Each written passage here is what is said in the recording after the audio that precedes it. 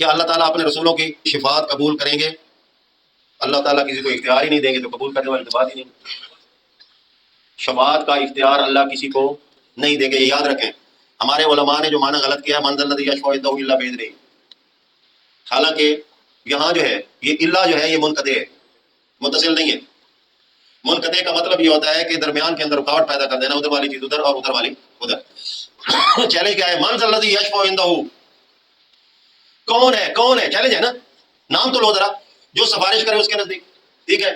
آگے اللہ نے انقطاع کیا اور کہا باذن ہی، وہاں سفارش نہیں حکم چلے گا۔ جب اذن اللہ کی طرف تفویض ہوگا تو وہاں اجازت نہیں حکم ہوگا مانا۔ اس کی دلیل میں آپ کو مزید دے دیتا ہوں۔ سورہ البقرہ میں 3 جگہ اللہ پاک نے پہلے پارے میں ایک بات فرمایا، 5 رکوع ہے، فرمایا واتقوا یوما لا تجزی نفس عن نفس شیئا ولا یقبل منها شفاعۃ، یہ نکرہ ہے، کوئی کسی قسم کی بھی سفارش، ٹھیک ہے۔ ولا یؤخذ منها عدل، یہاں یہ بھی چیز آ گئی کہ ایک روایت میں موجود ہے کہ جناب قیامت والے دن، کل میری ایک دوست سے بات ہو رہی تھی، ضد کر گیا، کہتا ہے جی حقدار کو جو ہے نا قیامت والے دن حق دیا جائے گا اور اس کی نیکیاں جو ہے وہ حقدار کو دے دی جائیں گی۔ جب وہ نیکیاں ختم ہو جائے گی تو وہ حقدار کے گناہ ادھر اللہ کے بندے کو، اللہ کا خوف کر، کچھ تو اللہ کا خوف کر۔ اللہ پاک نے یہ تمہیں کہاں قانون دیا؟ ولا یؤخذ منها عدل، وہاں کوئی بدلہ نہیں ہوگا، جو جس نے کیا ہے من یعمل مثقال ذرۃ خیرا یرہ ومن یعمل مثقال ذرۃ شرا یرہ۔ تو میں نے اس کو جواب دیا کہ جس کے ساتھ ظلم ہوا تھا اللہ اپنی رحمت سے اس کا گھر پورا کر دے گا، اور جو ظالم ہے اللہ کی مرضی ہے اس کو معاف کرے گا جو مرضی کرے۔ تو قرآن کی جو حاکمیت ہے وہ باقی رہتی۔ آپ پھر 15ویں رکوع میں چلے جائیں، پہلے پارے کے 15ویں رکوع، پھر یہی ہے واتقوا یوما لا تجزی نفس شیئا ولا یقبل منها، ادھر تھا پہلے شفاعت نہیں رہا، پہلے عدل، فرق صرف اتنا ہے، حرف ایک آگے پیچھے، عدل ولا تنفع شفاعت ولا هم ينصرون۔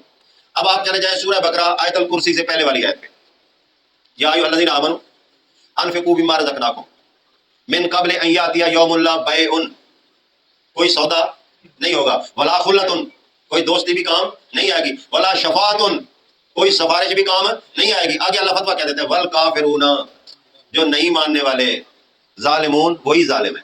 تو اللہ کا فتویٰ ظالم اور کافر کا اس کے اوپر آ گیا۔ اب آپ چلے جائیں سورہ نساء کے اندر، وَيَقُولُونَ هَؤُلَاءِ شُفَعَاؤُنَا عِندَ اللَّهِ، بڑی مشہور ہے۔ اللہ پاک اینڈ میں فرماتے ہیں، حالانکہ ہے تو پوری بڑی ہے، ٹائم تھوڑا ہے، سوال باقی بھی جواب دینا ہے۔ اینڈ میں فرماتے ہیں سبحانہ و تعالی اما یشرکون، ایک جگہ کفر کا، ظلم کا، اور یہاں سفارش کو کیا کہہ دیا؟ شرک۔ تو جو شرک ہو، ظلم ہو، کفر ہو، اللہ اس کی اجازت ہے، مسئلہ حل ہے۔ مولویوں نے کہا مگر نبی سفارش کرے گا، حافظ قرآن کرے گا، فلاں کرے گا، فلاں کرے گا، اور بھائی جہاں سفارش ہوگی وہاں انصاف نہیں ہو سکتا، جہاں انصاف ہوگا وہاں سفارش کی ضرورت ہے نہیں۔ یہ عقیدہ باطل ہے، اس کو چھوڑنا پڑے گا۔